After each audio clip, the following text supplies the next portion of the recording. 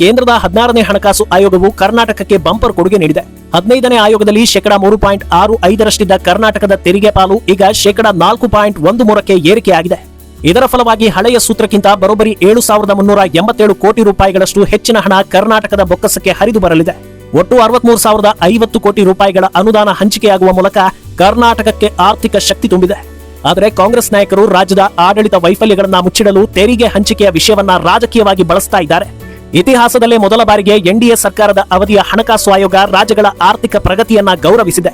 ರಾಷ್ಟ್ರೀಯ ಜಿಡಿಪಿಗೆ ರಾಜ್ಯ ನೀಡುವ ಕೊಡುಗೆಗೆ 10% ತೂಕವನ್ನ ನೀಡುವ ಮೂಲಕ ದೇಶದ ಬೆಳವಣಿಗೆಗೆ ಶ್ರಮಿಸುತ್ತಿರುವ ಕರ್ನಾಟಕದಂತಹ ರಾಜ್ಯಗಳಿಗೆ ಮೋದಿ ಸರ್ಕಾರದಲ್ಲಿ ನ್ಯಾಯ ಒದಗಿದೆ. ಅಷ್ಟೇ ಅಲ್ಲ, ಶ್ರೀಮಂತ ರಾಜ್ಯಗಳ ಹಣವನ್ನ ಕಸಿದುಕೊಳ್ಳುತ್ತಿದ್ದ ವರಮಾನ ಅಂತರದ ಮಾನದಂಡವನ್ನ ಯುಪಿಎ ಕಾಲದ 50% ಈಗ 42.5% ಇಳಿಸಲಾಗಿದೆ. ಈ ನಿರ್ಧಾರವು ಕರ್ನಾಟಕದಂತಹ ಆರ್ಥಿಕವಾಗಿ ಸದೃಢವಾಗಿರುವ ರಾಜ್ಯಗಳಿಗೆ ನೇರ ಲಾಭ ತಂದುಕೊಟ್ಟಿದೆ. ಇನ್ನು ಬಿಜೆಪಿ ಆಡಳಿತವಿರುವ ಉತ್ತರ ಭಾರತದ ರಾಜ್ಯಗಳಿಗೆ ಹೆಚ್ಚು ಹಣ ಹೋಗುತ್ತಿದೆ ಎಂಬ ಕಾಂಗ್ರೆಸ್ ನಾಯಕರ ಆರೋಪ ಅಪ್ಪಟ ಸುಳ್ಳು ಎಂದು ಸಾಬೀತಾಗಿದೆ. ವಾಸ್ತವದಲ್ಲಿ ಯಾವುದೇ ರಾಜಕೀಯವಿಲ್ಲದೆ ಕೇವಲ ಅರ್ಹತೆ ಮತ್ತು ಜಿಡಿಪಿ ಕೊಡುಗೆಯ ಸಾಧನೆ ಆಧಾರದ ಮೇಲೆ ಕರ್ನಾಟಕಕ್ಕೆ ಹಣಕಾಸಿನ ಹೊಳೆಯನ್ನೇ ಹರಿಸುವ ಮೂಲಕ ಮೋದಿ ಸರ್ಕಾರ ಕರ್ನಾಟಕದ ಪರ ಎಂದು ಸಾಬೀತುಪಡಿಸಿದೆ.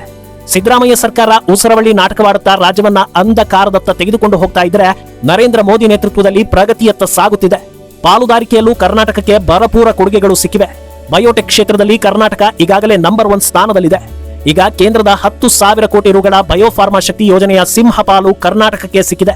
ಹೈಸ್ಪೀಡ್ ರೈಲುಗಳು ಸೇರಿ ಬೆಂಗಳೂರು ಇನ್ನು ಮುಂದೆ ಚಿಪ್ ಕ್ಯಾಪಿಟಲ್. ಭಾರತದ ಎಲೆಕ್ಟ್ರಾನಿಕ್ಸ್ ರಫ್ತಿನಲ್ಲಿ 40% ಪಾಲು ಹೊಂದಿರುವ ಕರ್ನಾಟಕಕ್ಕೆ ಕೇಂದ್ರ ಸರ್ಕಾರವು ಇಂಡಿಯಾ ಸೆಮಿಕಂಡಕ್ಟರ್ ಮಿಷನ್ 2.0 ಅಡಿಯಲ್ಲಿ ಭರ್ಜರಿ ಬೆಂಬಲ ನೀಡಿದೆ. ಚಿಪ್ ವಿನ್ಯಾಸದಿಂದ ಹಿಡಿದು ತಯಾರಿಕೆಯವರೆಗೆ ಮೈಸೂರು, ತುಮಕೂರು, ಬೆಂಗಳೂರು ಭಾಗವು ಇನ್ನು ಮುಂದೆ ಭಾರತದ ಚಿಪ್ ಕಾರಿಡಾರ್ ಆಗಿ ಮಿಂಚಲಿದೆ.